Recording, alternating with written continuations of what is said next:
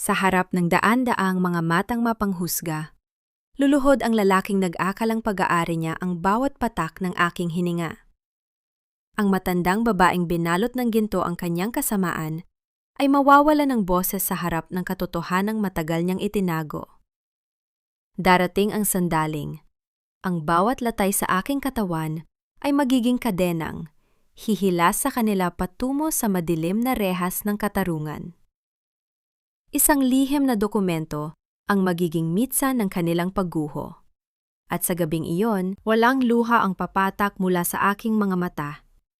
Ngiti lamang ng isang reynang muling nabawi ang kanyang trono. Huwag kang hihiga riyan na parang mamatay na hayop. Nakakadiri ang hitsura mo, Maricel. Tumayo ka at linisin mo ang dumi mo sa carpet bago dumating ang mga bisita. Ang boses ni Doña Consolacion ay tila talim ng labaha na humihiwas sa malamig na hangin ng sala. Wala itong bahid ng awa, wala ring bakas ng pagkagulat, sa nakikitang kalagayan ng kanyang mena makadalawang taong manugang. Sa tabi niya, nakatayo si Arturo, ang aking asawa, na hinihingal pa habang hawak ang kanyang paboritong golf club. Ang bakal na dulo nito ay may bahid pa ng pulang likido, ang aking dugo. Narinig ko ang nakakangilong tunog ng butong naghiwalay sa loob ng aking balat nang tumama ang huling hampas sa aking kanang braso. Hindi ako sumigaw. Ang sakit ay tila isang kuryenteng nanalaytay sa aking buong pagkatao hanggang sa maging manhid ang aking diwa. Ang dating Maricel na laging humihingi ng tawad ay namatay na sa sandaling iyon. Ang natitira na lamang ay isang malamig na apoy na nagsisimulang mag-alab sa aking kaibuturan. Sinasayang mo ang oras ko, Maricel. We have guests arriving in 30 minutes. Isang CEO ng bangko at ang kanyang asawa. Kapag nakita nila ang ganyang hitsura mo, ikaw ang mapapahiya, hindi kami. Ayusin mo ang sarili mo. Mag-makeup ka ng makapal para hindi halata ang pasa sa mukha mo. Ibinaba ni Arturo ang golf club sa tabi ng mamahaling vase na tila ba wala siyang ginawang masama. Ang kanyang mukha ay kalmado. Ang kanyang mga mata ay walang emosyon. Isang katangiang nakuha niya sa kanyang ina. 22 taon ko silang pinaglingkuran. 22 taon akong naging sunod-sunuran sa ngalan ng pamilya at utang na loob dahil iniyahon nila ako sa hirap. Ngunit sa gabing ito, ang utang na iyon ay bayad na. Dahan-dahan akong tumayo gamit ang aking kaliwang kamay.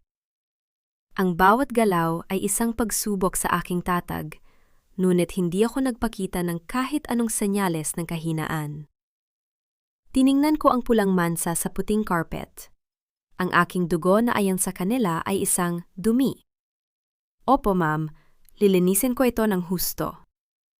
Hinding-hindi nyo na muling makikita ang kahit anong bakas ng dumi sa bahay na ito. Ang aking boses ay hindi nangatal. Ito ay malamig, matigas, at puno ng otoridad na ikinagulat nila sa isang saglit. Habang naglalakad ako patungo sa banyo, mahigpit kong hinawakan ang aking trinitas na rosaryo na nakasabit sa aking baywang. Ang pinakamalaking butil nito ay hindi gawa sa kahoy. Ito ay isang maliit, ngunit sopistikadong digital recorder na kanina pa nakabukas. Bawat mura, bawat pag-amin ng pambubugbog at ang kanilang kawalang hiyaan ay naitatala na ng malinaw. Pumasok ako sa banyo at ikinandado ang pinto. Hindi ako tumingin sa salamin para kaawaan ang sarili ko. Sa halip, kinuha ko ang isang lumang burner phone na nakatago sa likod ng flush tank. Mabilis kong pinindot ang isang numero. Attorney Elena, it's done. Prepare the files. I want everything ready by the end of the week. Ibinaba ko ang telepono at muling narinig ang malakas na katok sa pinto. Si Arturo. Maricel, open this door. May kailangan kang pirmahan bago ka mag-ayos. Huwag mo akong paghintayin. Binuksan ko ang pinto. Inihagis niya sa akin ang isang bundle ng mga dokumento. Ang aking puso ay tumibok ng mabilis nang mabasa ko ang unang pahina. Isang loan application para sa 10 milyong piso. Ang pangalan ko ang nakalagay bilang principal borrower. Ngunit ang beneficiary account ay nakapangalan kay Shayna. Ang kanyang sekretaryang alam kong matagal na niyang kabit. Gagamitin nila ako para bayaran ang mga utang nila sa sugal at para buhayin ang marangyang buhay ng kanyang babae, habang ako ay mabubuhay sa ilalim ng kanilang mga paa. Isang mapait na ngiti ang sumilay sa aking mga labi habang hawak ko ang panulat. Hindi nila alam na ang bawat pirma ko sa gabing ito ay hindi isang pagsuko, kundi isang bitag na unti-unting hihigpit sa kanilang mga leeg. Pirmahan mo na yan at lumabas ka na. Remember, one wrong move tonight, Maricel, at hinding-hindi mo na makikita ang mga anak mo. Tiningnan ko si Arturo ng diretso sa mga mata. Isang titig na hindi niya inaasahan. Sa loob ng aking isipan, pinalikan ko ang lahat ng plano ni Attorney Elena. Ang bomba ay nakatanim na. Ang mitsa ay sisindihan ko na lamang. Don't worry, Arturo. I will give you exactly what you deserve. Ang bawat patak ng concealer sa aking pisingi ay tila semento na nagbabaon sa katotohanang nais nilang itago. Maingat kong idinampi ang espongha sa paligid ng aking namamagang panga. Pinipigil ang bawat ungol ng sakit na gustong kumawala sa aking mga labi. Sa harap ng salamin, ang nakikita ko ay hindi na ang babaeng binuo ng pag-ibig, kundi isang obra maestrang gawa sa kasinungalingan. Ang aking kanang braso ay mahigpit na nakabalot sa ilalim ng telang seda ng aking gown. Isang lihim na pasanpasan ko habang ang mundo ay naghihintay sa aking paglabas. Pumasok si Doña Consolacion sa aking silid nang hindi kumatok. Ang tunog ng kanyang mga mamahaling alahas ay tila mga kadenang kumakalansing sa katahimikan. Hindi siya tumingin sa aking mga mata. Sa halip, sinuri niya ang kapal ng makeup sa aking muka. Dagdadan mo pa sa bandang ibaba ng mata mo, Maricel. Halata pa rin ang asul na kulay. Ayaw nating isipin ng mga bisita na hindi ka marunong mag-ingat sa paglalakad, hindi ba? You tripped on the stairs. That is the story. Siguraduhin mong hindi magbabago ang bersyong iyan, kahit sa harap ng doktor mamaya. Isang malamig na ngiti ang sumilay sa aking mga labi habang tinitingnan ko ang kanyang refleksyon. Huwag kayong mag-alala, Mama. Sanay na akong itago ang mga bakas ng pagkakadapa ko sa pamilyang ito. Alam ko ang papel ko sa dula ninyo. Saglit siyang natigilan. Tila nagtataka sa kawalan ng takot sa aking boses. Ngunit bago pa siya makapagsalita, tumalikod na ako. Hindi ko na kailangang makita ang kanyang panghuhusga. Ang aking isipan ay abala sa pagbibilang ng bawat segundo. Ang oras ay isang sandata, at sisiguraduhin kong sa pagkakataong ito, ako ang may hawak ng gatilyo. Dinala ako ni Arturo sa isang pribadong klinika na pag-aari ng isa sa kanyang mga kasosyo sa negosyo. Ang amoy ng antiseptic ay humahalo sa amoy ng kanyang mamahaling pabango. Isang kombinasyon na nagpapasuka sa akin. Habang sinusuri ng doktor ang aking braso, ang bawat hawak nito ay tila isang paalala ng karahasang naranasan ko. Simple fracture lang ito, Arturo. Magagawa natin ang medical report na hinihingi mo.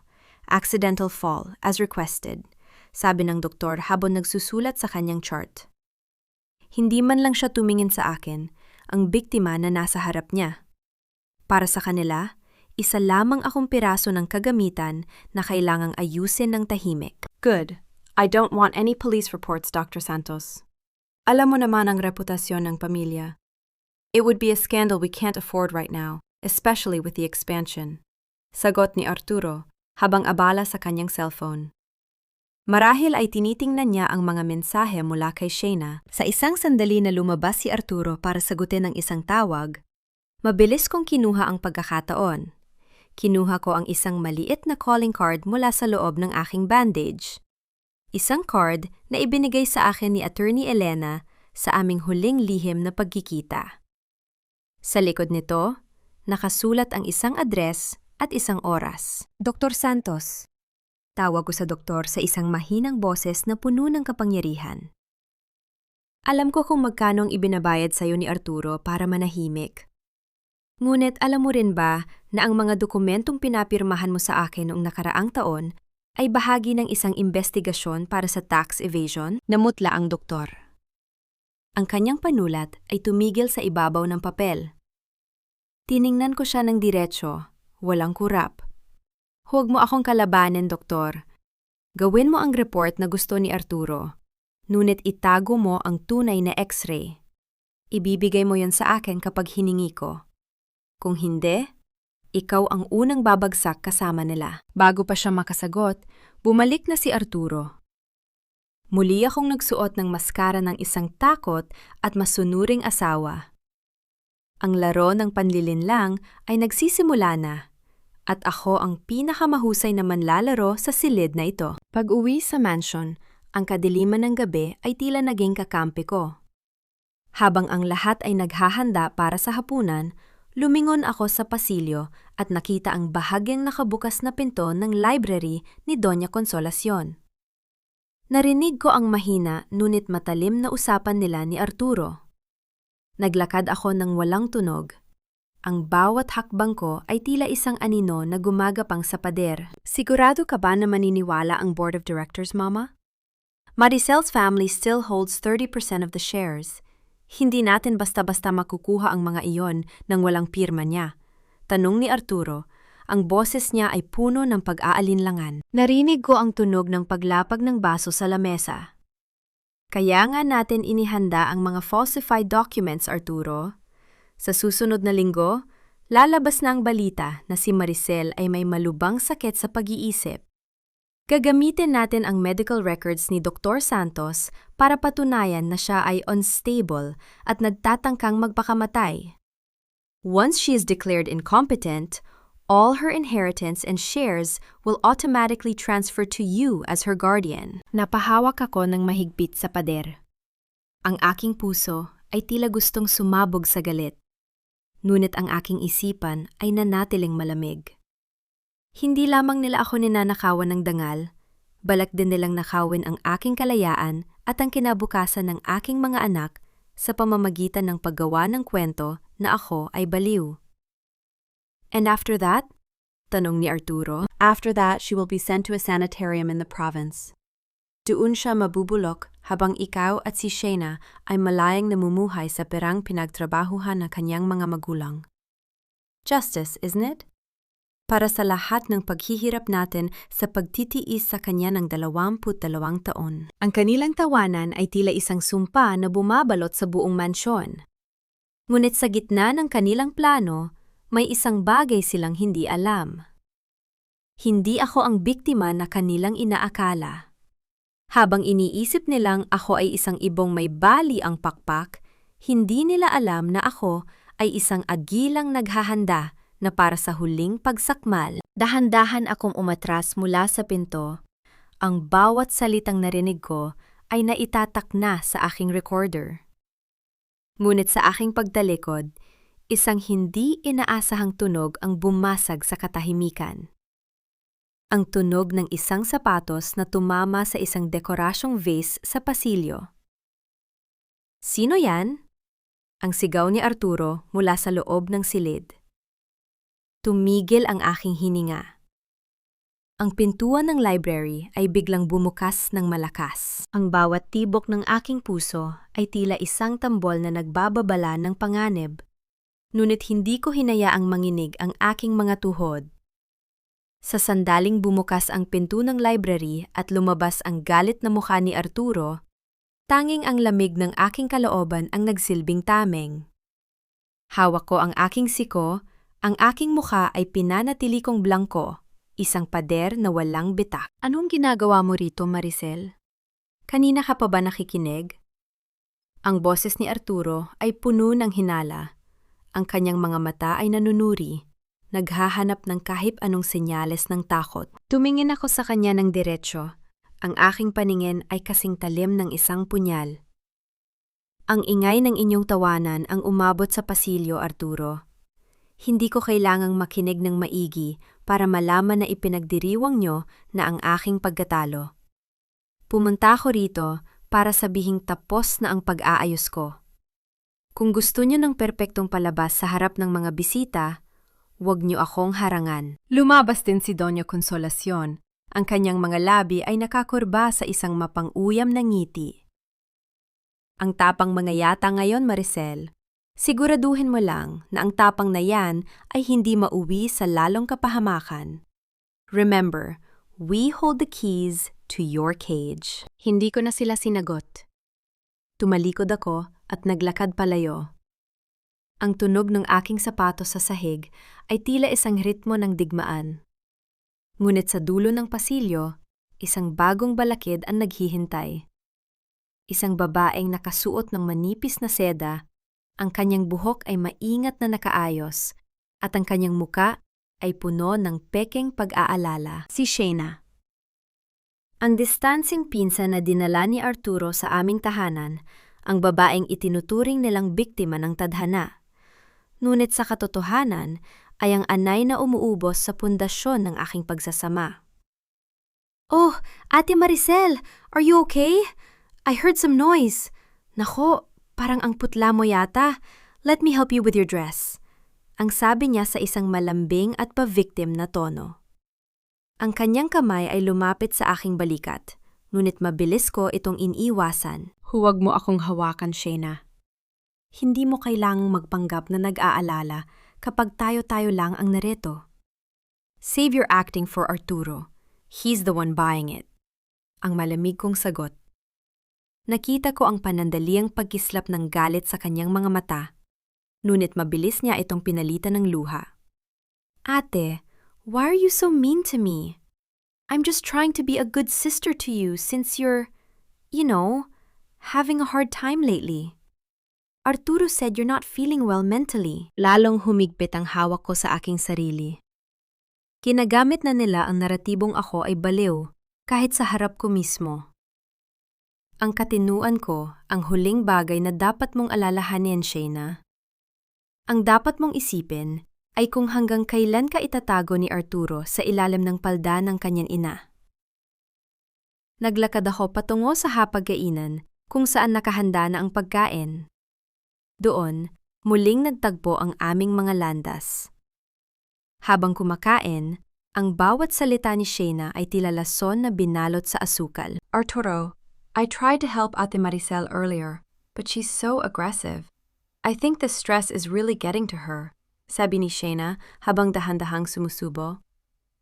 Tumingin siya sa arken at itinuro ang ulam na inihanda ko bago ang pambubugbog ni Arturo. And this dish, it's a bit too salty, isn't it? Just like Ate's attitude lately.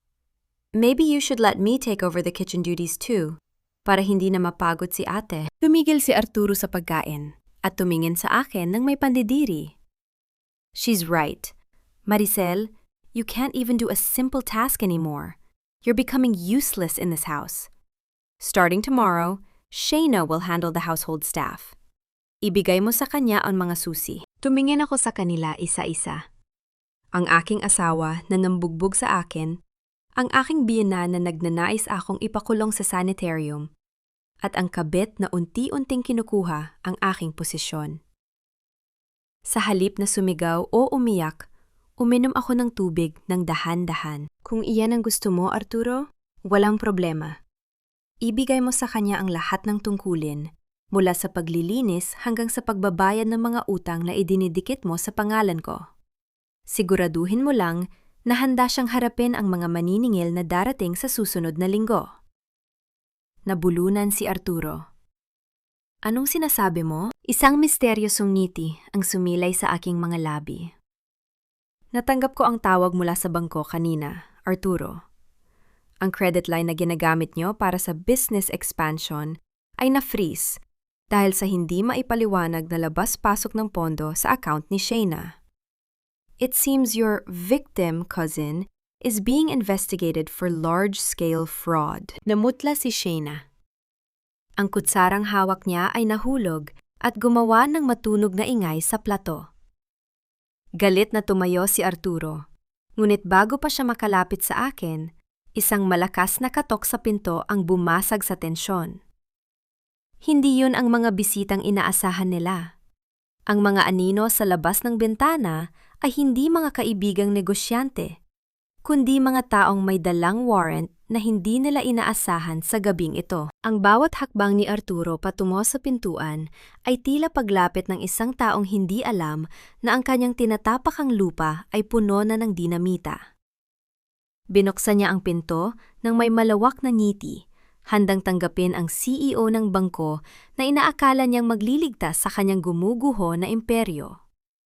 Ngunit ang ngiting iyon ay dahan-dahang naging abo nang makita ang tatlong lalaking nakasuot ng barong at may hawak na mga dokumentong may tatak ng korte. Walang pasabi silang pumasok. Hindi pinansin ang pagprotesta ni Arturo. Ang malamig na hangin mula sa labas ay humalo sa amoy ng mamahaling ulam sa aming mesa. Na tila ba binubura ang bango ng aming pagkukunwari? Nanatili akong nakaupo. Mahinahon na humahawak sa aking kutsara. Habang pinapanood ang bawat hibla ng dangal na pilit, nilang itinatayo ay isa-isang nalalagas. Mr. Arturo Monteclaro, we are here to serve a notice of preliminary attachment on this property and all assets under your name, including the accounts of a certain Shayna Guevara, ang sabi ng lalaking nasa gitna. Ang kanyang boses ay walang emosyon, kasing tigas ng batas na kanyang kinakatawan. What is the meaning of this? Do you know who I am? Wala kayong karapatang pumasok dito. Ang sigaw ni Doña Consolacion habang tumatayo at iwinaw-wasiwas ang kanyang mga kamay na puno ng diamante. Utang na loob. Inrespeto namin ang batas, kaya respetuhin niyo rin ang pamamahay na ito. Tumayo ako ng dahan-dahan. Ang aking kanang braso ay tila hindi na kumikirot dahil sa tamis ng tagpong aking nakikita. Tumingin ako kay Doña Consolacion. Ang aking mga mata ay walang kahit anong bakas ng awa. Mama, ang utang na loob na palagi ninyong binabanggit ay hindi sapat para bayaran ang 10 milyong pisong nawawala sa kumpanya. At ang pamamahay na ito. Nakakalimutan niyo na yata na ang lupang kinatatayuan nito ay bahagi ng mana na iniwan sa akin ng aking mga magulang. Lumingon sa akin si Arturo. Ang kanyang muka ay pulang-pula sa galit at hiya. Ikaw ang may gawa nito, hindi ba? You spiteful woman. How dare you shaming us in front of these people? Naglakad siya patungo sa akin. Ang kanyang kamao ay nakakuyom, ngunit bago pa siya makalapit ay humarang ang isa sa mga opisyal. Hindi ako kumurap. I am not shaming you, Arturo. You shamed yourself the moment you used my name to fund your mistress's lifestyle. I am simply letting the law take its course. Isn't that what you always say? Na ang mga Monteclaro ay hindi lumalampas sa batas? Humagulgol si Shayna. Ang kanyang mga luhang buwaya ay mabilis na dumaloy sa kanyang pisingi. Arturo, help me! Hindi ko alam ang sinasabi nila. I'm a victim here. Ate Maricel is just jealous because you love me more. Tiningnan ko si Shayna nang may halong pandidiri. Jealousy is for people who have something to lose, Shayna. I have already lost my respect for this marriage years ago. What I am doing now is not about love. It is about accounting. Every centavo you spent, every bag you bought using my credit line, ibabalik mo yan. Kahit sa pamamagitan ng pagbebenta ng sarili mong kaluluwa. Tumahimik ka! Ang sigaw ni Doña Consolacion. Ang kanyang boses ay pumiyok sa tindi ng pot. Wala kang utang na loob. Kami ang nag-alaga sa iyo nang mamatay ang mga magulang mo. Pinakain ka namin, pinihisan, at ito ang igaganti mo? Pinakain niyo ako gamit ang sarili kong pera, Mama. Ang sagot ko sa isang tono na kasing lamig ng yelo. Binihisan niyo ako para magmukhang trophy wife, habang ang mga negosyo ng pamilya ko ay unti-unti ninyong kinakain. Ang utang na loob na sinasabi niyo ay isang kadena na matagal ko nang pinatid. Kinuha ko ang aking bag at kinuha ang isang envelope na kanina ko padala. Hindi ito ang DNA test, kundi ang listahan ng lahat ng mga ari-arian na nakapangalan sa akin na lihim nilang isinangla. Inilapag ko ito sa mesa, sa gitna ng mga mamahaling plato. Arturo, within 48 hours, kailangang lisanin ninyo ang mansion na ito. The foreclosure has been finalized. At tungkol sa loan na pinapirmahan mo sa akin kanina, Attorney Elena has already filed a case for coercion and falsification of documents. That pen you forced into my hand? It will be the same pen that will sign your commitment order to jail. Nanlaki ang mga mata ni Arturo. Ang kanyang pagiging arogante ay napalitan ng isang hilaw na takot. You can't do this, Maricel. I am the father of your children. That is the only reason why you are still breathing in front of me. Ang huli kong sinabi bago ako naglakad patungo sa pinto. Ngunit bago ako makalabas, narinig ko ang mabilis na paglapit ng mga hakbang mula sa likuran ko. Isang matinding hila sa aking buhok ang nagpalingon sa akin. Ang mukha ni Doña Consolacion ay tila isang demonyong nagangalit. Ang kanyang mga kuko ay nakabaon sa aking anit. Hindi ka aalis dito ng buhay, Maricel. Kung babagsak kami, isasama ka namin sa impyerno. Sa gitna ng kaguluhan, isang putok ang umalingaw-ngaw sa buong mansyon. Hindi mula sa baril, kundi mula sa isang bagay na hawak ni Arturo na nagpabago sa takbo ng gabi. Hindi ang ingay ng baril ang gumising sa namamanhid kong pandinig, kundi ang malakas na paghampas ng bulang kristal, ang Businessman of the Year Award ni Arturo sa sahig. Ang tunog ng nagkadurog-durog na danggal ay umalingaw-ngaw sa bawat sulok ng mansyon, kasabay ng pagsabog ng mga piraso ng kristal na tila mga maliliit na balisong na humiwa sa hangin. Sa gitna ng kaguluhan, nakita ko si Arturo na hingal. Ang kanyang mga mata ay nanlilisik habang nakahawak sa isang piraso ng matalim na bubog. Binitawan ni Doña Consolacion ang aking buhok, hindi dahil sa awa, kundi dahil sa gulat. Ngunit mabilis siyang nakabawi. Sa isang kisap mata, ang mapangalib na tigre ay biglang naging isang kaawa-awang tupa.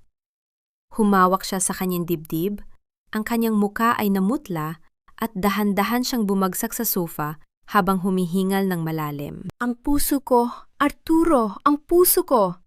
Pinapatay ako ng babaeng ito! Ang gapyok na sigaw ni Doña Consolacion. Ang kanyang mga luhang sadyang pinalabas ay mabilis na dumaloy. Ang kanyang katawan ay nanginginig sa isang acting na pang-best actress sa isang teleserye. Maricel, pagkatapos ng lahat ng itinulong namin sa iyo, ganito ang igaganti mo sa biyenan mo? Mamamatay akong dala ang sakit na ibinigay mo. Lumapit si Shayna sa kanya kunwaring nag-aalala habang nakatingin sa mga opisyal ng korte ng may mapang-usig na mga mata. How could you be so heartless, Ate Maricel? Kita niyo na? She's mentally torturing an old woman. My God, look at her. You're a monster. Tiningnan ko silang dalawa nang walang kahit anong emosyon. Ang bawat salita nila ay tila mga langaw na nagbubulong sa aking tainga. Nakakairita, ngunit walang kapangyarihan. Hindi ako lumapit, hindi rin ako nag-alala. Sa halip, kinuha ko ang aking cellphone at kalmado kong pinindot ang 3 numero. Hello, 911? I need an ambulance at the Monte Claro mansion. We have a woman here having a theatrical cardiac arrest. Please send a medical team with a psychiatric specialist. Tell them the patient is known for high-level manipulation, and we need an objective medical evaluation for a future court case. Naniga si Doña Consolacion sa kanyang kinauupuan. Ang kanyang paghingal ay sandaling tumigil. Ang kanyang mga mata ay nanlaki sa gulat bago muling bumalik sa pag-arte. Ngunit huli na. Nakita ng mga opisyal ang panandaliang pagbabago sa kanyang anyo. Huwag kayong mag-alala, Mama. Malapit na ang ambulansya. Ang sabi ko habang naglalakad patungo sa bintana. At huwag niyo ring kalimutan na ang lahat ng CCTV sa bahay na ito ay nakalink sa isang cloud server na tanging ako at si Attorney Elena lang ang may access. Ang pag-atake mo sa akin kanina, ang paghila mo sa buhok ko habang may bali ang braso ko, lahat yon ay nakarecord sa high definition. That is not just assault. It's elder abuse turned around. It's evidence of your physical capability despite your condition. Humarap ako kay Arturo, na hawak pa rin ang bubog. Ibagsak mo yan, Arturo. Do not make this harder for yourself. Isang galaw mo pa at ang kasong assault with a deadly weapon ay idaragdag ni Attorney Elena sa listahan ng mga krimen mo. Do you really want to spend the night in a cold cell instead of a comfortable chair? Nanginginig ang mga kamay ni Arturo. Ang kanyang muka ay puno ng pawis at kawalang pag-asa. Ibibigay ko ang lahat, Maricel. Just stop this. Ang kumpanya, ang shares, just don't take the house. Where will we go? Tumingin ako sa labas ng bintana at doon ko nakita ang isang bulto ng tao sa ilalim ng malakas na ulan sa labas ng aming gate. Ang aking puso ay tila piniga. Ang aking ina, nakasuot ng kupas na jacket, ay pilit na itinataboy ng aming security guard sa utos ni Doña Consolacion kaninang hapon. Where will you go? Ang ulit ko sa kanyang tanong. Ang aking boses ay puno ng mapait na ironiya. Siguro sa lugar kung saan niyo pinatapon ang nanay ko kanina habang bumabagyo. O baka sa apartment na binili mo para kay Shaina gamit ang perang ninakaw niyo sa akin. Oh wait, foreclosure na rin pala ang property na yon simula kaninang 3:00 ng hapon. Napaupo si Shaina sa sahig. Ang kanyang mundo ay tuluyan ng gumuho. Ang mansyon na inaakala niyang magiging kanya ay naging isang malamig na bilangguan. This is not just about the money, Arturo. Ang pagpapatuloy ko habang lumalapit sa kanya, bawat hakbang ko ay tila isang paghatol. This is about the 22 years of my life that you turned into a living hell. Ang bawat sampal, bawat mura, at bawat pagpapahiya niyo sa akin, it has a price. At ang presyong iyon ay ang lahat ng mayroon kayo. Hinuha ko ang aking kapote at naglakad patungo sa pinto. Hindi na nililingon ang mga taong minsang naging pamilya ko, ngunit naging mga linta sa aking buhay. Ngunit bago ako makalabas, isang malakas na tunog ng sirena ng ambulansya at pulis ang bumasag sa katahimikan ng gabi. Ngunit may isang bagay na nakita ang mga opisyal sa mesa na hindi ko napansin kanina. Isang maliit na itim na vault na nakatago sa ilalim ng buffet table, na ngayon ay bahagyang nakabukas dahil sa pagkakabunggo ni Arturo kanina. Sa loob nito, hindi pera ang nakita, kundi isang tumpok ng mga pasaporte na may iba't ibang pangalan, ngunit mukha ni Arturo at Shaina ang nakalagay. Mr. Monteclaro, ang sabi ng isang opisyal habang pinupulot ang isa sa mga pasaporte. It seems flight risk is an understatement. You're coming with us right now. Habang pinalalabas sila ng mga pulis, nakita ko si Arturo na tumingin sa akin. Isang tingin na humihingi ng tawad, isang tingin na puno ng pagsisisi. Ngunit ang tanging isinagot ko ay ang pag-alis ng aking wedding ring at ang paghulog nito sa putik sa labas ng pinto. Sa aking paglalakad patungo sa gate para sunduin ang aking ina, naramdaman ko ang lamig ng ulan. Ngunit sa loob ko, sa unang pagkakataon sa loob ng 2 dekada, naramdaman ko ang init ng kalayaan. Ngunit ang gabi ay hindi pa tapos. Sa dulo ng pasilyo ng gate, isang itim na sasakyan ang nakaparada. At ang taong lumabas mula rito ay ang huling taong inaasahan kong makikita sa gitna ng aking tagumpay. Ang malamig na patak ng ulan ay tila mga karayom na tumutusok sa aking balat. Ngunit hindi nito mapatay ang nag-aalab na determinasyon sa aking dibdib. Huminto ako sa tapat ng gate. Ang aking mga mata ay nakatuon sa pintuan ng itim na sasakyan na dahan-dahang bumukas. Inasahan ko ang lahat. Ang galit ng mga kamag-anak ni Arturo, o baka ang mga mamamahayag na handang sumakmal sa aming iskandalo. Ngunit ang bumaba ay isang babaeng pamilyar ang tindig. May hawak na payong at may suot na salamina, tila kumikinang sa ilalim ng streetlights. Si Attorney Elena. Ngunit hindi siya mag-isa. Sa loob ng sasakyan, nakita ko ang isang matandang babae na nakabalot sa makapal na kumot. Ang kanyang mga mata ay puno ng takot at pagkalito. "Nanay!" Ang tanging salitang lumabas sa aking bibig. Mabilis akong lumapit sa sasakyan. Nakita ko ang aking ina, si Nanay Rosa. Ang kanyang mga kamay ay nanginginig habang hinahawakan ang dulo ng kumot. Lumingon sa akin si Elena nang may tipid na ngiti. Ang kanyang muka ay kasing tigas ng marmol sa kabila ng dagan ng gabi. Nakuha ko siya sa waiting shed malapit sa highway, Maricel.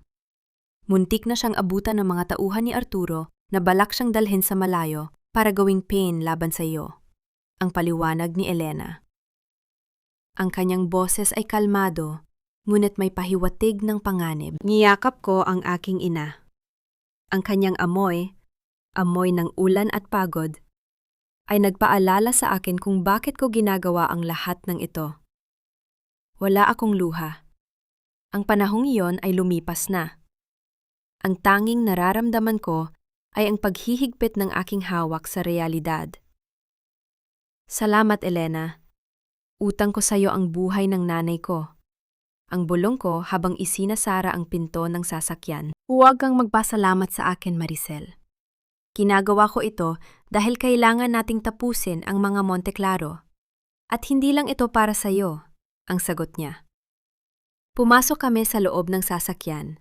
Ang tunog ng ulan sa bubong ay tila isang ritmo ng isang nagbabadyang gulo. Habang binabaybay namin ang madilim na kalsada patungo sa isang ligtas na lugar, nagsimulang magsalita si Elena.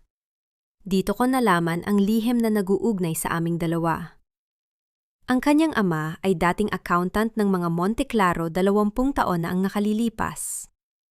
Nang matuklasan nito ang malaking anomalaya sa kumpanya, ipinako ni Doña Consolacion ang lahat ng kasalanan sa kanya.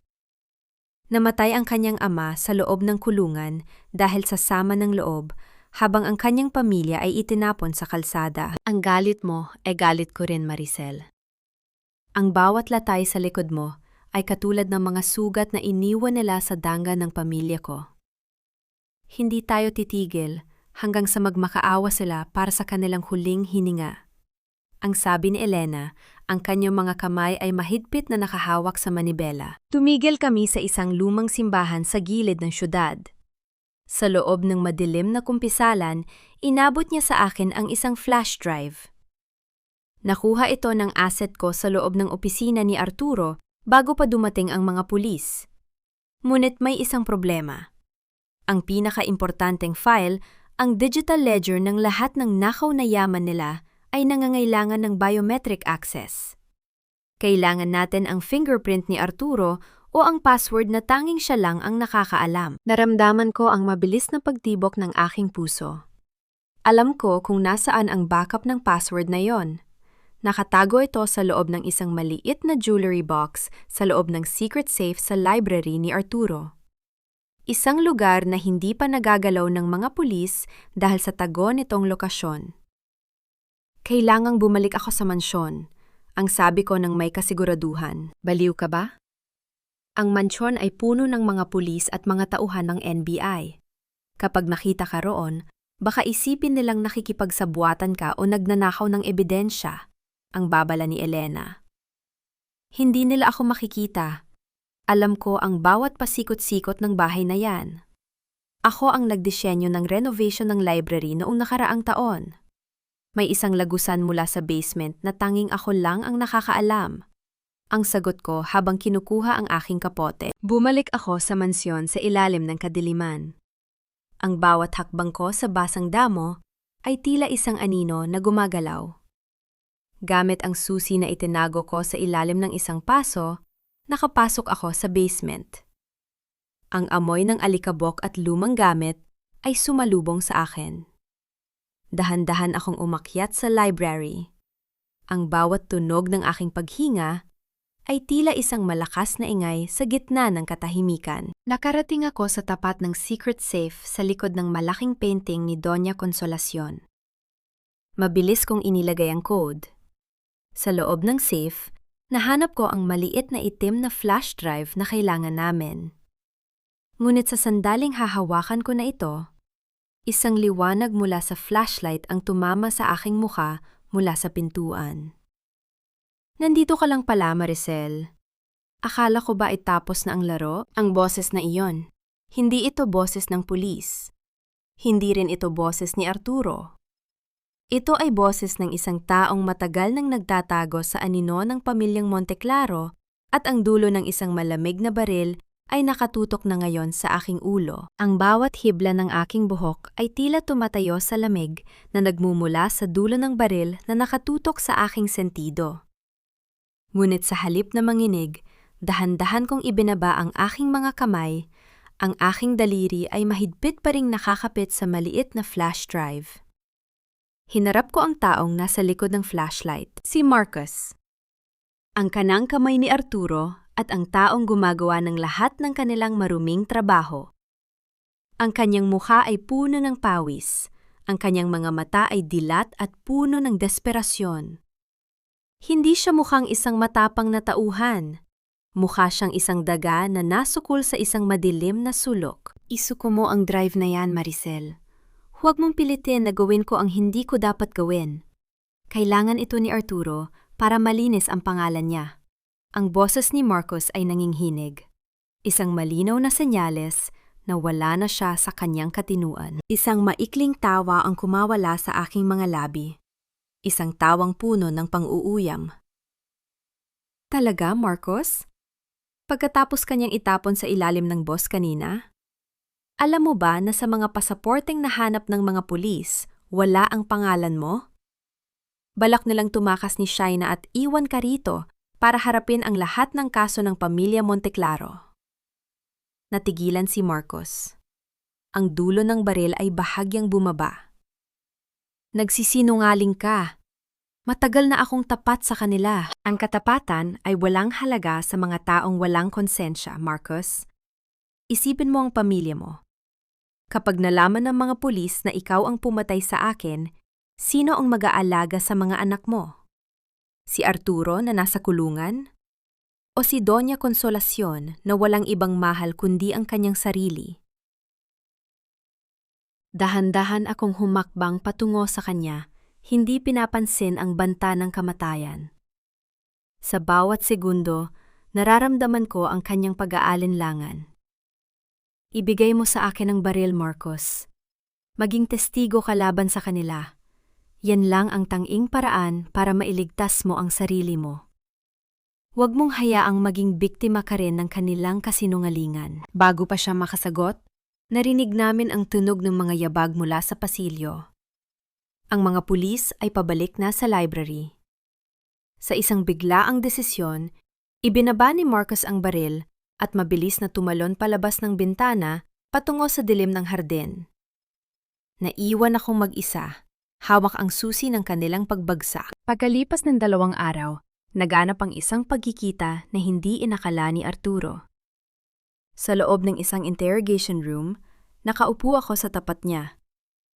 Wala na ang kanyang mamahaling suit. Wala na ang kanyang arogansya. Ang tanging natitira ay isang lalaking duwag na pilit na kumakapit sa anino ng kanyang nakaraan. Inilapag ko ang isang makapal na bandal ng mga dokumento sa mesa.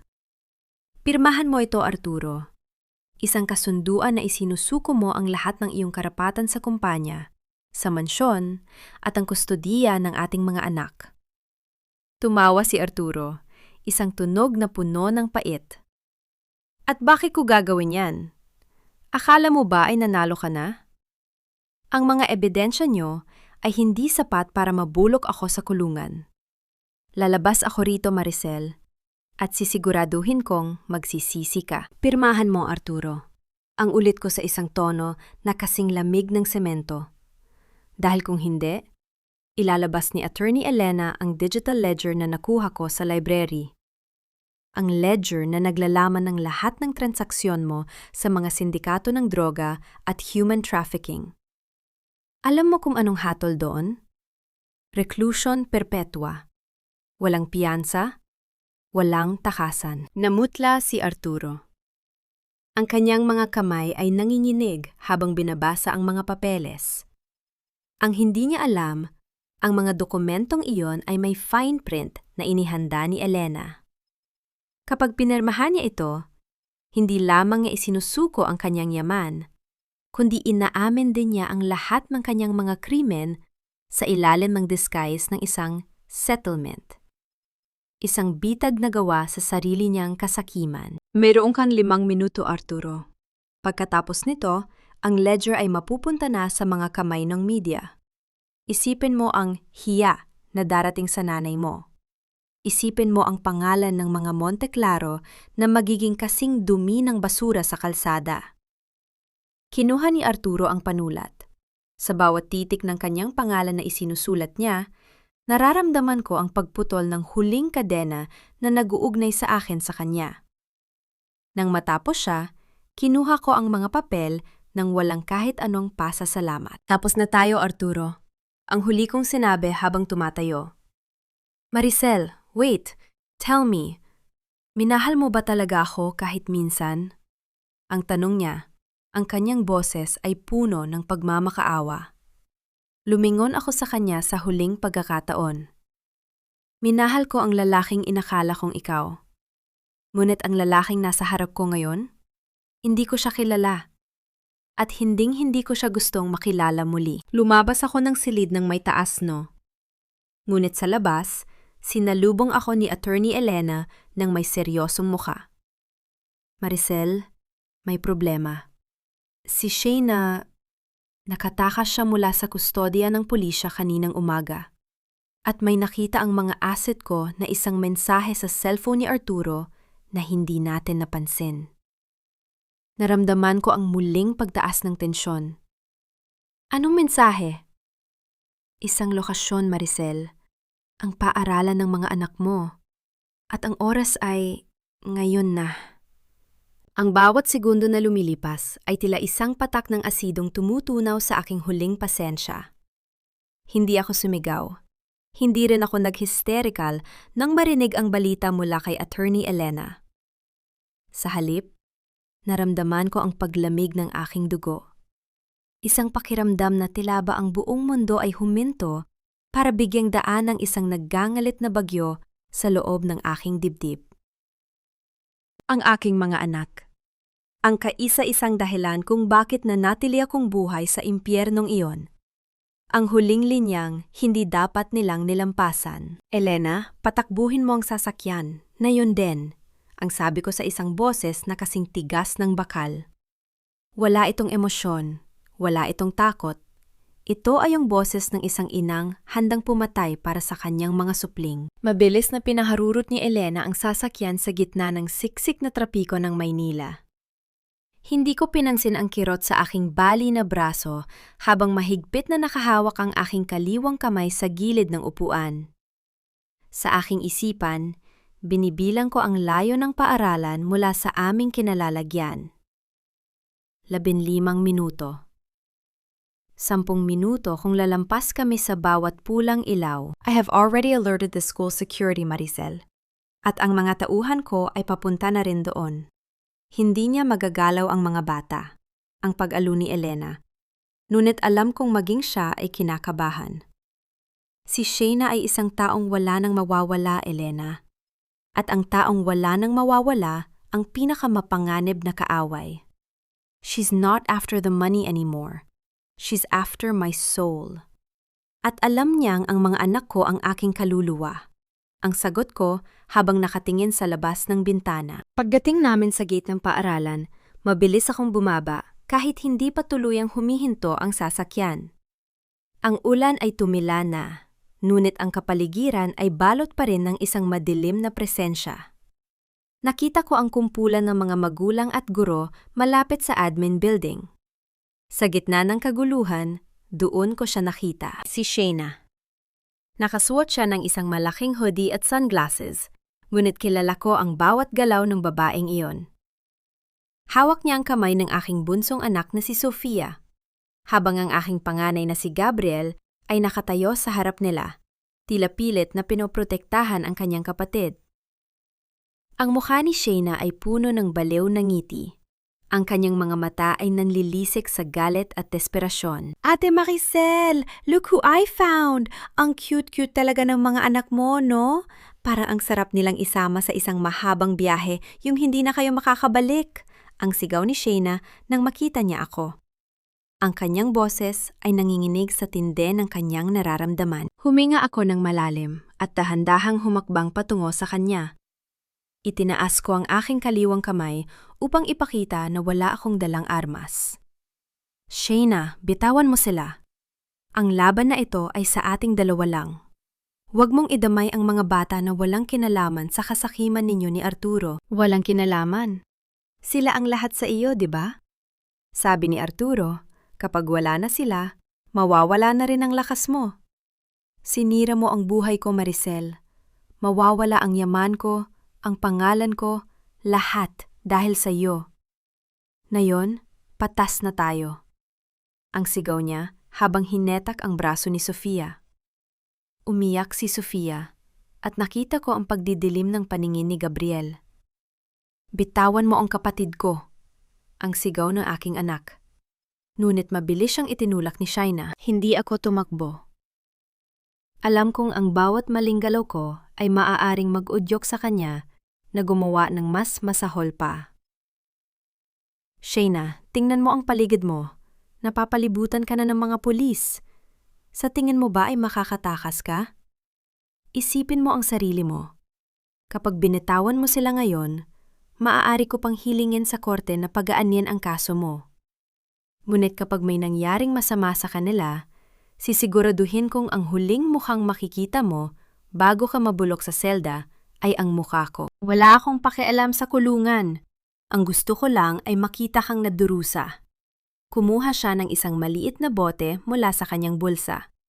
Isang bote na may lamang malinaw na likido. Alam mo ba kung ano ito? Acid, Maricel. Isang patak lang nito sa mukha ng mga anak mo at hinding-hindi mo na sila makikilala. Naramdaman ko ang panlalamig ng aking buong katawan. Ngunit ang aking isipan ay nanatiling rational. Isang distraction. Kailangan ko ng isang segundo para makuha ang atensyon niya. Shaina, wait. May isang bagay na hindi mo alam. Ang sabi ko sa isang malakas na boses. Ang 10 milyong piso na inaakala mo nawala, hindi ko yan kinuha. Ang totoo, nasa isang lihim na account yon na nakapangalan sa iyo. Iniwan yun ni Arturo para sa iyo bago siya arestuhin. Isang exit plan para sa inyong dalawa. Natigilan si Shaina. Ang kanyang mga mata ay nagkaroon ng isang kislap ng kasakiman. Ang kanyang pinakamalaking kahinaan.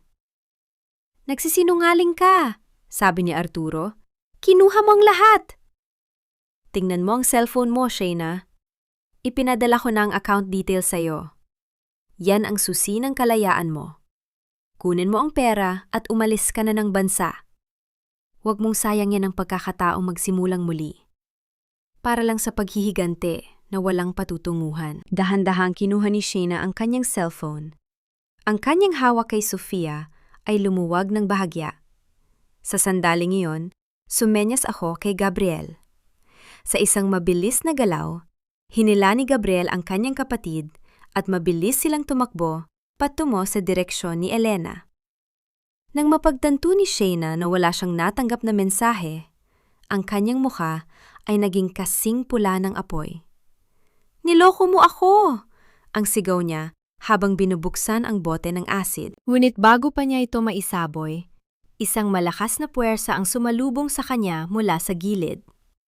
Si Marcus, ang dating tauhan ni Arturo na akala namin ay tumakas na, ay biglang sumulpot at binuhat si Shaina palayo sa amin. Ang bote ng acid ay nahulog at gumawa ng isang mausok na marka sa semento, malayo sa kahit na sino. Habang pinipigilan ng mga pulis si Shaina, mabilis kong nakuha ang aking mga anak. Niyakap ko sila ng mahigpit, ang bawat hininga ko ay puno ng pasasalamat. Ngunit habang tinitingnan ko si Marcus na pinapanguhan ng mga pulis, lumapit siya sa akin ng may isang seryosong mukha.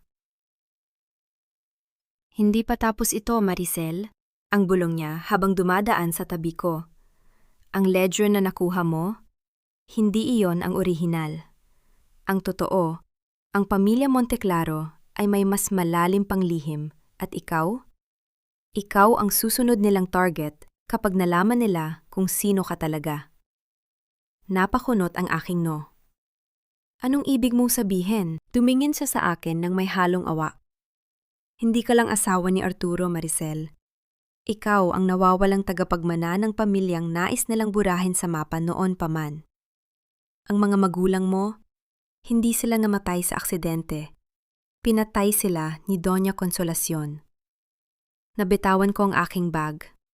Ang mundong inakala kong nalinisan ko na ay muling niyanig ng isang katotohanang mas madilim pa sa kahit anong bangungot na naranasan ko. Ang bawat salitang binitawan ni Marcus ay tila mga tipak ng yelo na bumabagsak sa aking kaluluwa. Ang mundong inakala kong gumuho na ay muling nayanig. Ngunit sa pagkakataong ito, ang guho ay naglalantad ng mga kalansay na matagal nang itinago sa ilalim ng pundasyon ng pamilya Monteclaro. Hindi aksidente ang pagkamatay ng aking mga magulang. Hindi isang trahedya ng tadhana ang pagiging ulila ko. Ito ay isang malamig at kalkuladong pagpaslang. Naramdaman ko ang paghigpit ng hawak ko sa mga kamay ni na Sofia at Gabriel. Ang init ng kanilang mga palad ang tanging nagpapaalala sa akin na kailangan kong manatiling matatag. Lumingon ako kay Attorney Elena na noon ay nakatingin din sa akin ng may halong gulat at pag-unawa. Ang lahat ng mga legal na laban, ang lahat ng paghahabol sa yaman, ito ay maliliit na bagay lamang kumpara sa katotohanang ang taong tinawag kong mama sa loob ng 2 dekada ay ang siyang pumatay sa mga taong nagbigay sa akin ng buhay. Dalhin mo na ang mga bata sa sasakyan, Elena. Bantayan mo sila. Ang utos ko sa isang boses na hindi man lang nanginig, kahit na ang buong pagkatao ko ay nagngangalit sa galit. Maricel, kailangan nating pag-isipan ito ng maigi. Kung totoo ang sinasabi ni Marcos, hindi lang tayo nakikipaglaban sa isang pamilyang nagnanakaw ng pera. Nakikipaglaban tayo sa mga kriminal na kayang pumatay para sa kapangyarihan. Ang babala ni Elena habang inaakay ang aking mga anak. Pumasok ako sa loob ng police station kung saan pansamantalang nakakulong si Arturo at kung saan dinala si Doña Consolacion matapos ang kanyang peking atake sa puso. Hindi ako nagpasama sa kahit na sino. Gusto kong harapin ang halimaw ng mata sa mata nang walang ibang nakatingin. Nadatan ko si Doña Consolacion sa loob ng isang pribadong silid, nakaupo sa isang silya habang binabantayan ng isang pulis. Wala na ang kanyang mga mamahaling alahas. Wala na ang kanyang magagarang damit. Ngunit ang kanyang arogansya ay tila isang balabal na hindi niya kayang hubarin. Tumingin siya sa akin. Ang kanyang mga mata ay nanunuya pa rin. Bakit ka narito, Maricel? Gusto mo bang makita ang huling hininga ko para magsaya? O baka naman napagtanto mo na wala kang mapapala kung kalabanin mo kami? Ang sabi niya sa isang mahina, ngunit matalim na boses. Naglakad ako patungo sa kanyang tapat at inilapag ang aking mga kamay sa mesa. Hindi ako narito para sa iyong huling hininga, Konsolasyon. Narito ako para ibalik sa iyo ang lahat ng kinuha mo sa akin. At hindi lang ito tungkol sa kumpanya o sa mansyon. Yumuko ako ng bahagya para maging kapantay ng kanyang mukha. Kilala mo ba si Victoria at Roberto? Ang mga magulang ko na sinabi mong namatay sa isang trahedya sa dagat 22 taon na ang nakalilipas? Nakita ko ang panandaliang pagdilat ng kanyang mga mata. Ang kanyang mga kamay na kanina ay nakapatong sa kanyang kandungan ay biglang nanginig. Isang mabilis na pagbabago na hindi nakaligtas sa aking paningin. Hindi ko alam ang sinasabi mo. Napakarami ng dumaan sa buhay namin. Hindi ko na matandaan ang bawat empleyadong nawala. Ang depensa niya. Ngunit ang kanyang boses ay pumiyok ng bahagya. Hindi sila basta empleyado, Consolacion. Sila ang may-ari ng lupang kinatatayuan ng inyong imperyo.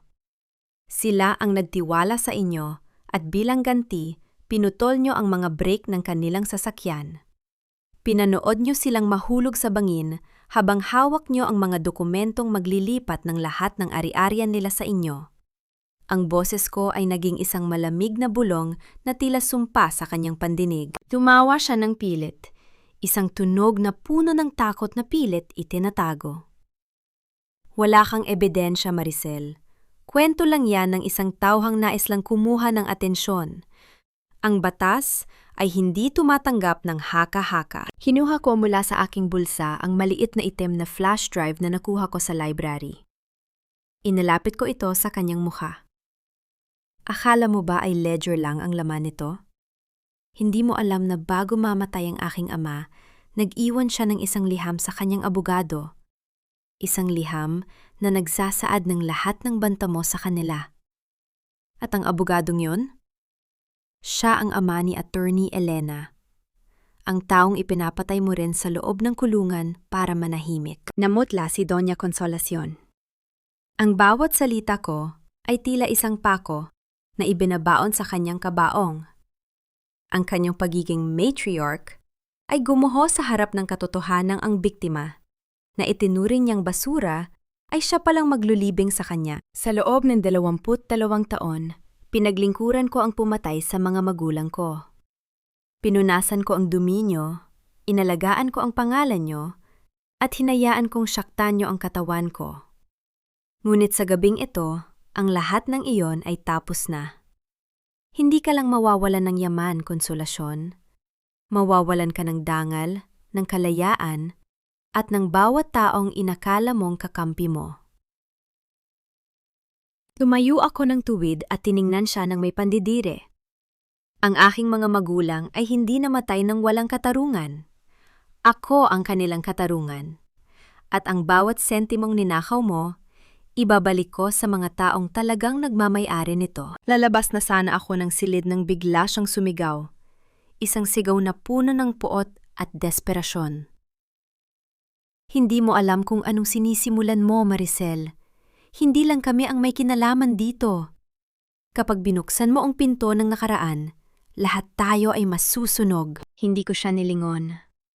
Lumabas ako ng police station at sinalubong ako ng malamig na hangin ng madaling araw.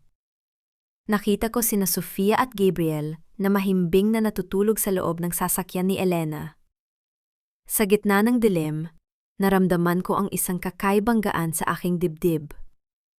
Ang paghihiganti ay hindi na lamang tungkol sa akin. Ito ay tungkol sa pagbawi sa isang nakaraan na ninakaw. Ngunit habang papaalis ang aming sasakyan, napansin ko ang isang motorsiklo na sumusunod sa amin mula sa malayo. Hindi ito isang ordinaryong rider. Ang bawat galaw nito ay tila nakaplano. Isang anino na hindi bumibitaw sa aming likuran. Elena, may sumusunod sa atin. Ang mahina kong sabi. Nakikita ko, Maricel. Mukhang tama ang sinabi ni Konsolasyon. May mas malaki pa silang kinakatakutan at tayo ang naging mitsa ng kanilang pagkilos. Ang sagot ni Elena habang pinapabilis ang takbo. Biglang bumukas ang bintana ng motorsiklo at isang bagay ang inihagis sa gitna ng kalsada.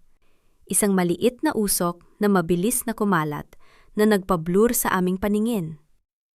Ang aming sasakyan ay nagsimulang gumiwang at ang tunog ng gulong na pumuputok ay umalingaw-ngaw sa katahimikan ng gabi. Sa gitna ng kaguluhan, isang boses mula sa aking cellphone ang narinig ko. Isang unknown caller. Maricel, ang akala mo bang katapusan ay simula pa lamang ng iyong tunay na pagdurusa? Maligayang pagbabalik sa pamilya. Darating ang araw na ang bawat patak ng ulan na ito ay magiging luha ng pagsisisi para sa inyong lahat. Inakala ninyong ang isang Maricel ay madaling durugin gaya ng tuyong dahon. Ngunit hindi ninyo alam na ang bawat sugat na ibinigay ninyo ay naging bakal na bumuo sa aking balute.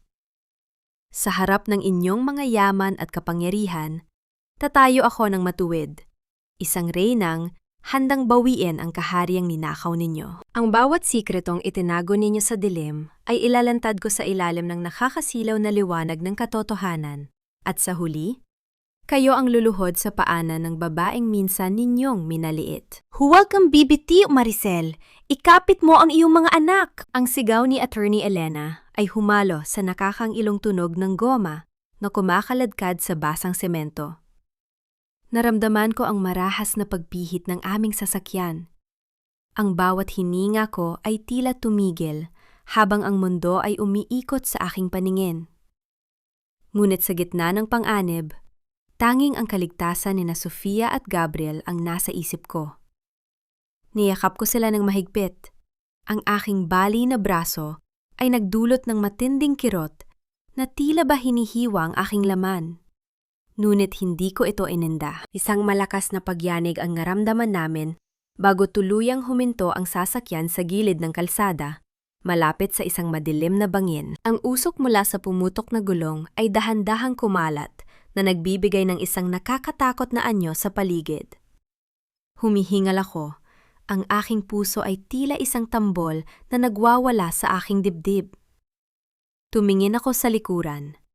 Ligtas ang aking mga anak, kahit na ang kanilang mga mata ay puno ng takot. Lumingon ako kay Elena na may dumadaloy na dugo sa kanyang noo, ngunit ang kanyang mga kamay ay mahigpit pa ring nakakapit sa manibela. Elena, okay ka lang? Ang tanong ko sa isang boses na pilit kong pinapanatiling kalmado. I'm fine, pero hindi tayo pwedeng manatili rito. Papalapit na ang motorsiklo. Ang sagot niya, habang pilit na binubuksan ang pinto ng sasakyan. Lumabas ako ng sasakyan. Ang bawat hakbang ko sa basang lupa ay puno ng pag-iingat. Ang motorsiklo ay huminto ilang metro ang layo mula sa amin. Ang driver nito ay dahan-dahang bumaba. Tinanggal ang kanyang helmet. At doon ko nakita ang isang mukhang hindi ko inaasahan. Hindi ito si Marcos, at lalong hindi ito si Arturo.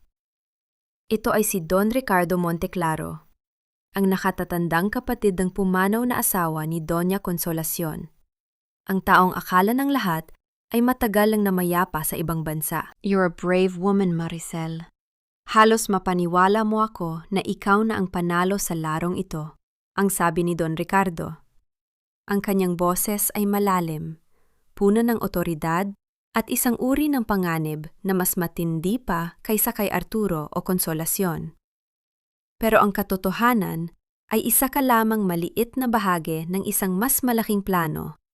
Isang piraso sa chessboard na kailangang isakripisyo. Isang malamig na ngiti ang sumilay sa aking mga labi habang dahan-dahan kong kinuha ang aking cellphone. Isang sakripisyo? Siguro noong nakaraang 22 taon, Ricardo. Pero ngayon, ako na ang may hawak ng board. Inakala niyo ba na ang paghabol sa amin sa kalsadang ito ay sapat na para manahimik ako? You should check your offshore accounts before you pull that trigger. Natigilan siya. Ang kanyang kamay na dahan-dahang bumubunot ng baril mula sa kanyang jacket ay tumigil. Anong sinasabi mo? Ang digital ledger na nakuha ko? Hindi lang yun listahan ng mga krimene na Arturo at Consolacion. Ito ay ang susi sa konseho, ang lihim na organisasyon ng mga pamilyang elite na kinabibilangan ninyo. Alam ko ang bawat bank account, bawat ghost company, at bawat transaksyong ginawa ninyo sa loob ng 3 dekada.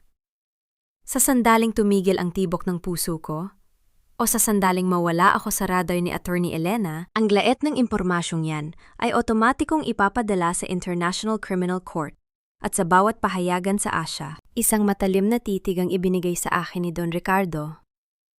Ang kanyang pagiging kampante ay dahan-dahang napalitan ng isang hilaw na galit. You're bluffing. Hindi mo alam kung gaano kalawak ang kapangyarihan namin. Subukan mo ako, Ricardo. Ang hamon ko. Ang aking boses ay kasing lamig ng hangin ng madaling araw. I have nothing left to fear. Ninakaw niyo ang mga magulang ko, ang kabataan ko, at ang aking dangal. Ang tanging natitira sa akin ay ang katarungan para sa aking mga anak. Do you really want to bet your entire empire against the resolve of a woman who has already been to hell and back? Nagkaroon ng mahabang katahimikan.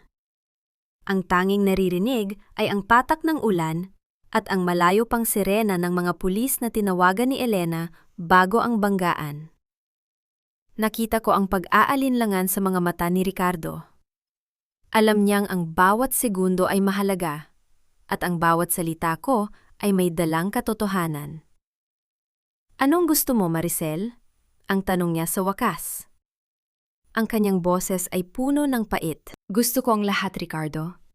Ang pag-amin ni Consolacion sa pagpatay sa mga magulang ko. Ang pagbabalik ng lahat ng ari-arian ng pamilya ko na ninakaw ninyo. At higit sa lahat, gusto kong mawala ang pangalang Monte Claro sa mapa ng kapangyarihan. You will dissolve the konseho, o sisiguraduhin kong kayo ang unang magigiba. Hindi mo pwedeng hingin ng imposible, ang sagot niya. Panoorin mo ako.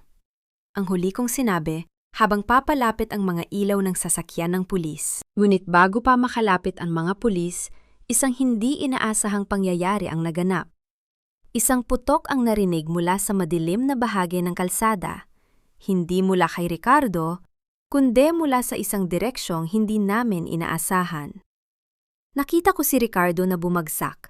Ang kanyang balikat ay duguang-duguan. Mula sa anino, lumabas ang isang tao na matagal na nating inakalang wala ng lakas para lumaban. Si Arturo. Tumakas siya mula sa kustodya. Ang kanyang muka ay puno ng baliw na galit at ang baril ay nakatutok na ngayon sa akin. Kung hindi ka magiging akin, Maricel, walang pwedeng magmay-ari sa iyo. Ikaw ang sumira sa lahat. Ikaw ang pumatay sa pamilya ko. Ang sigaw ni Arturo habang nanginginig ang kanyang kamay sa gatilyo. Hindi ako gumalaw. Tinitigan ko siya ng may halong awa at pandidire. Hindi ako ang sumira sa pamilya mo, Arturo. Ang sarili ninyong kasakiman ang gumawa niyan. You are not a victim. You are a consequence. Sa sandaling hiilahin na ni Arturo ang gatilyo, isang malakas na tunog ng pagbangga ang muling umalingaw-ngaw. Isang sasakyan ang mabilis na sumagasa sa kanya, na nagpatalsik sa kanya sa gilid ng kalsada. Ang sasakyang iyon ay ang sasakyan ni Marcus. Habang ang lahat ay balot ng kaguluhan, mabilis akong nilapitan ni Marcus. Ang kanyang muka ay puno ng takot. Maricel, kailangan mong umalis dito. Hindi lang si Ricardo ang narito. Ang tunay na pinuno ng konseho, siya ay papunta na, at hindi siya papayag na mabuhay ka. Sino siya? Ang tanong ko. Tumingin si Marcus sa akin ng may nanlilisik na mga mata. Ang iyong ama, Maricel. Si Roberto. Hindi siya namatay sa aksidente. Siya ang nagplano ng lahat, pati ang pagpapakasal mo kay Arturo para makuha ang buong kontrol sa yaman niyo. He is the ghost you've been chasing, and he's coming to finish his masterpiece. Ang aking mundo ay tila tuluyang huminto. Ang taong ipinaghihiganti ko, ang taong iniyakan ko ng 22 taon, ay siya palang arkitekto ng aking impyerno? Ang bawat salitang lumabas sa bibig ni Marcus ay tila mga lason na dahan-dahang pumapatay sa huling hibla ng aking pagkatao. Sa loob ng 22 taon, ang aking pighati ay nakaugat sa paniniwalang ako ay biktima ng isang malupit na tadhana. Ngunit ang katotohanan ay mas masahol pa. Ako ay biktima ng isang ama na itinuring ang sariling anak bilang isang puhunan sa kanyang laro ng kapangyarihan. Ang katahimikan sa paligid ng kalsada ay naging nakakangilo. Ang tanging naririnig ay ang mahinang pag-ungol ni Arturo sa gilid ng kalsada at ang mabilis na paghinga ni Elena sa aking tabi. Tumingin ako sa kadiliman ng gabi, naghihintay sa pagdating ng ghost na sinasabi ni Marcus. Hindi ako natatakot. Ang takot ay para lamang sa mga taong mayroon pang paniniwalang natitira. Sa sandaling ito, ang puso ko ay naging kasing tigas ng semento. Isang dambuhalang, sasakyan ang dahan-dahang lumitaw mula sa makapal na usok ng madaling araw. Walang ingay, walang abiso. Huminto ito ilang metro mula sa amin, at ang dahan-dahang pagbaba ng bintana nito ay tila isang tabing na nagbubukas sa huling yugto ng aking impyerno. Isang lalaking may uban na ang buhok, ngunit may tindig na kasing tatag ng isang tore ang bumaba. Ang kanyang muka ay salamin ng aking sariling mga mata. Malamig, matalino, at walang bahid ng pagsisisi. Look at you, Maricel. You've grown into the woman I always knew you would be. Strong, calculated, and ruthless. Hindi ba at ang ganda ng kinalabasan ng aking eksperimento? ang sabi ni Roberto. Ang kanyang boses ay may halong pagmamalaki na nagpapasuka sa akin. Eksperimento? Ang tanging salitang lumabas sa aking bibig.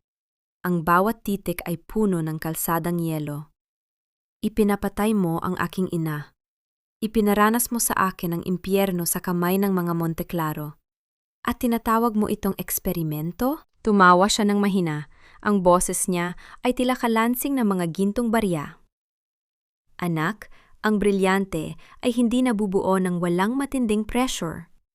Kung naging malambot ang buhay mo, hindi mo matututunang wasakin ang pamilya Monte Claro mula sa loob. I needed you to be the perfect weapon to destroy my rivals, so I can take back everything they stole from me. You did a great job, by the way.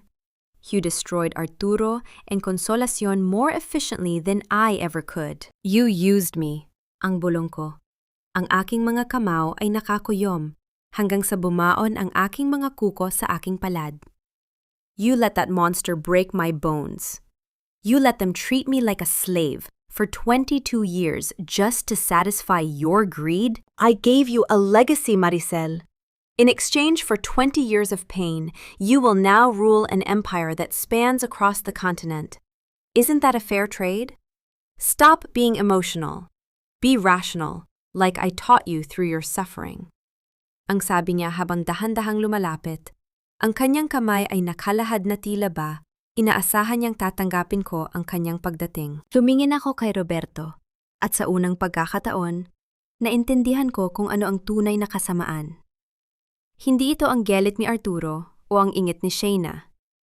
Ito ay ang kawalan ng konsensya ng aking sariling ama. Rational? Ang pag-uulit ko. Isang mapait na ngiti ang sumilay sa aking mga labi. Sige, Roberto. Maging rational tayo. You think you've won because I destroyed the Monte Claros for you. You think I am the successor to your blood-stained throne. But you forgot one thing. Hinuha ko ang aking cellphone at itinaas ito sa harap niya. The digital ledger. Hindi lang yon tungkol sa konseho. Bago tayo nagkita rito, ipinadala ko na ang kumpletong kopya ng lahat ng ebidensya ng iyong pagkamatay at ang lahat ng iyong mga lihim na transaksyon sa International Police. If I am the weapon you created, Roberto, then I am a weapon that points back at its creator. Namutla ang muka ni Roberto. Ang kanyang pagiging arogante ay napalitan ng isang matinding gulat. You wouldn't. I am your father. You will lose everything. Ang yaman, ang pangalan, lahat yan ay mawawala sa iyo. I already lost everything 22 years ago. Ang sagot ko, ang boses ko ay kasing tulis ng isang kutsilyo. Ang pangalang Monte Claro, ang yaman ni Roberto, isuka ko na ang lahat ng yan. I am Maricel, just Maricel, at ang tanging legacy na tatanggapin ko sa iyo ay ang panunood sa iyong pagbagsak. Sa sandaling yon, ang tunog ng mga helikopter at ang naglalakasang sirena ng mga pulis ay nagsimulang punuin ang himpapawid. Napalibutan kami ng mga ilaw na tila ba ang araw ay maagang sumikat para saksihan ang katapusan ng isang masamang panaginip. Arestuhin niyo siya. Ang huling utos ko sa mga pulis na mabilis na lumapit. Habang pinapanguhan si Roberto, tumingin siya sa akin ng may nalilisik na galit. You will regret this. You are just like me, Maricel. You have ice in your veins. Maybe, ang sagot ko, habang pinapanood ko siyang isakay sa sasakyan ng pulis. But unlike you, I have a heart that knows how to protect my children, and I will make sure they never even know your name. Nang mawala na ang mga sasakyan, naiwan kami ni Elena sa gitna ng kalsada. Niyakap ko ang aking mga anak na gising na at nagtataka sa paligid. Ang gabi ay natapos na, at ang unang sinag ng araw ay dahan-dahang humahaplos sa aking mukha. Tapos na ba talaga, Maricel? Ang tanong ni Elena. Ang kanyang mukha ay puno ng kapayapaan sa kabila ng pagod. Hindi pa, Elena, ang sagot ko habang nakatingin sa malayo. Ang paghihiganti ay tapos na, pero ang tunay na buhay, na yun palang magsisimula. Ngunit sa aking pagtalikod, isang huling mensahe ang pumasok sa aking cellphone. Isang litrato ni Shayna na nasa loob ng isang hindi kilalang sasakyan at may hawak na isang piraso ng papel na may nakasulat na, "Ang laro ay hindi natatapos sa isang hantungan." 3 buwan ang lumipas, ngunit ang bawat gabi ay hindi na kasing dilim ng 22 taon na aking pinagdaanan. Ang sikat ng araw sa aking bagong opisina ay dahan-dahang humahaplos sa aking balat, isang init na hindi nagmumula sa galit, kundi sa kapayapaan. Wala na ang pangalang Monte Claro sa aking mga dokumento. Sa bawat lagda na aking binibitawan, ang pangalang Maricel Victoria ang nakasulat. Ang pagbawi sa dangal ng aking ina na matagal nilang sinubukang burahin. Sa harap ko ay ang mga papeles para sa pinal na demolisyon ng mansyon ng mga Monte Claro. Ang lupang iyon ay hindi na magiging simbolo ng luho at kasinungalingan. Sa halip, doon itatayo ang Bahay Victoria, isang shelter at training center para sa mga kababaihang biktima ng pang-aabuso. Ang yaman na kinuha nila sa aking mga magulang ay babalik sa mga taong talagang nangangailangan nito. Bago ko lagdaan ang huling pahina, isang bisita ang dumating. Si Attorney Elena, bit-bit ang isang folder na naglalaman ng huling ulat mula sa korte. Arturo was sentenced to 30 years without parole, Maricel. Si Doña Consolacion naman ay mananatili sa infirmary ng correctional dahil sa kanyang lumalalang kondisyon. Roberto, your father, his trial for international fraud and conspiracy to murder is just beginning. But with the evidence we provided, he will never see the light of day again. Ang balita ni Elena. Huminga ako ng malalim. Walang saya, walang lungkot. Ang tanging nararamdaman ko ay ang isang malalim na paghinga ng paglaya. And Shayna? She's still a fugitive, Maricel. But we've frozen every centavo she has. She's a ghost haunting the streets, with no identity and no future. She's no longer a threat to you or the children. My team is watching her every move. Ang sagot ni Elena. Tumayo ako at lumapit sa malaking bintana na nakaharap sa syudad. Hindi na ako natatakot sa kanya, Elena. Ang mga taong gaya niya ay nabubuhay sa anino ng ibang tao. Ngayon, ako na ang may hawak ng liwanag. Nang hapong iyon, nagpasya akong bisitahin ang mansyon sa huling pagkakataon bago ang demolition sa susunod na araw. Ang malalaking gate na dati ay tila mga rehas ng aking bilangguan ay nakabukas na at kinakalawang. Ang mga halaman ay tuyo na at ang amoy ng alikabok ay namamayani sa hangin. Naglakad ako sa loob ng library, ang lugar kung saan muntik nang matapos ang aking buhay. Ngunit sa halip na takot, ang naramdaman ko ay ang paghanga sa sarili kong katatagan. Tiningnan ko ang mga bakas sa pader kung saan dati ay nakasabit ang mga painting ng mga Monte Claro. Wala na ang kanilang presensya. Sa aking paglabas, nakita ko si Gabriel at Sofia na naghihintay sa akin sa tabi ng sasakyan. Ang aking panganay ay may bit-bit na mga aklat, habang ang aking bunso ay masayang naglalaro sa damuhan. Sila ang aking tunay na yaman. Sila ang aking tagumpay. "Mama, are we leaving now?" ang tanong ni Sofia habang tumatakbo patungo sa akin. "Yes, anak, we are going home. Sa tunay nating tahanan." Ang sagot ko habang hinahaplos ang kanyang buhok. Bago pumasok sa sasakyan, lumingon ako sa huling pagkakataon sa malaking mansyon. Ang bawat haligi nito ay tila nagkukwento ng aking paghihirap, ngunit ang bawat bitak sa pader ay sumisigaw ng aking pagbabalik. Kinuha ko ang aking lumang wedding ring mula sa aking bulsa, ang huling piraso ng aking nakaraan. Hindi ko ito itinapon sa putik gaya ng dati. Sa halip, inilagay ko ito sa ibabaw ng isang lumang poste ng gate. Salamat sa mga aral, Arturo. Salamat sa pagpapakita sa akin kung gaano ako kalakas. Ang bulong ko sa hangin. Sumakay ako sa sasakyan at hindi na lumingon muli. Ang tunog ng makina ay tila isang hudyat ng aking tuluyang paglaya. Habang binabaybay namin ang kalsada palayo sa lugar na iyon, tiningnan ko ang aking sarili sa side mirror. Ang mga mata ko ay hindi na kasing lamig ng yelo. May kislap na ito ng pag-asa, ng pangarap, at ng pagmamahal, na sa wakas ay para na sa aking sarili. Ang laban ay tapos na. Ang reyna ay hindi na naghihintay na iligtas. Siya na ang nagligtas sa sarili niya. At sa bawat bukas na darating, sisiguraduhin kong ang bawat hakbang ko ay puno ng katinuan, dangal, at kalayaan. Ang bawat simoy ng hangin na humahaplos sa aking muka ay tila isang bulong ng kalayaan na matagal kong ipinagkait sa aking sarili. Nakatayo ako sa harap ng Bahay Victoria, ang gusaling sumibol mula sa mga guho ng isang masamang panaginip. Ang sikat ng araw ay maliwanag, nagbibigay ng bagong kulay sa mga pader na dati ay balot ng anino. Ang bawat pilat sa aking balat at ang bawat kirot na nananatili sa aking braso kapag malamig ang panahon ay hindi na mga tanda ng kahihiyan. Ngayon, ang mga ito ay mga medalya ng aking pakikidigma. Mga ebidensya na ang isang pusong binasag ay kayang mabuong muli ng mas matibay kaysa sa diamante. Lumapit sa akin si Attorney Elena.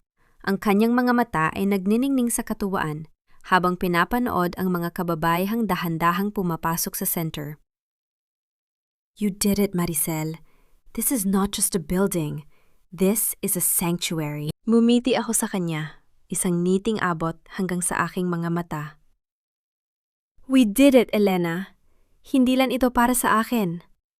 Para ito sa bawat babaeng sinabihang wala silang boses. At sa bawat inang inakalang, kailangan nilang mantiis para sa pamilya. I want them to know that silence is not peace. It is a cage that we have the power to break. Kinuha ko ang isang maliit na sobre mula sa aking bulsa. Isang sulat na dumating kaninang umaga mula sa New Bilibid Prison. Galing ito kay Arturo. Hindi ko na kailangang basahin ang bawat salita ng kanyang pagmamakaawa o ang kanyang mga huling pagtatangkang i-gaslight ako. Nang hindi nanginginig ang aking mga kamay, dahan-dahan ko itong pinunit sa maliliit na piraso at hinayaang tangayin ng hangin. Wala na siyang kapangyarihan sa aking isipan. Ang galit na dati ay nagpapatakbo sa aking dugo ay napalitan na ng isang malalim at payapang katinuan. Mama, look at the butterflies! Ang sigaw ni Sofia habang tumatakbo patungo sa garden ng center. Kasunod si Gabriel na ngayon ay mas matangkad na at may tindig na puno ng kumpiyansa. Niyakap ko silang dalawa ng sabay. Sa kanilang mga mata, nakikita ko ang kinabukasan na binuo ko mula sa sarili kong paghihirap. Isang kinabukasan kung saan ang pag-ibig ay hindi nananakit at ang katapatan ay hindi isang tool para sa manipulasyon. Gabriel, Sofia, remember what I told you? Ang mahina kong sabi habang nakatingin sa kanilang mga muka. Never let anyone make you feel small. Your worth is not defined by who you love, but by how you respect yourselves. Tumango si Gabriel. Ang kanyang mga mata ay puno ng paghanga. We know, Ma. You taught us how to be strong. Bago matapos ang araw, naglakad ako patungo sa dalampasigan malapit sa aming bagong tahanan. Ang paglubog ng araw ay nagbibigay ng kulay ginto sa karagatan. Naalala ko ang sinabi ni Roberto, ang aking ama, na may yelo sa aking mga ugat. Siguro nga ay tama siya. Kailangan ko ng yelo para palamigin ang impyeronong ibinigay nila sa akin. Ngunit ang yelong yon ay natunaw na at naging malinis na tubig na ngayon ay nagbibigay buhay sa aking bagong simula. Ang pagpapatawad ay hindi para sa kanila. Hindi ko sila kailangang patawarin para sa kanilang mga krimen. Ang batas na ang bahala doon. Ang pagpapatawad ay para sa aking sarili. Ang pagpapatawad sa 22 taon na hinayaan kong saktan nila ako. Sa gabing ito, ang Maricel na martir ay tuluyan ng pumanaw, at ang Maricel na reyna ng kanyang sariling buhay ay handa ng harapin ang anumang bukas. Ang kwento ko ay hindi nagtatapos sa isang happy ending na parang sa mga fairy tale. Ito ay nagtatapos sa isang real ending. Isang wakas kung saan may hustisya, may dangal, at higit sa lahat, may kalaya ang hindi na muling mababawi ng kahit na sino. Ako si Maricel Victoria. Biktima noon, mandirigma ngayon, at malaya habang buhay.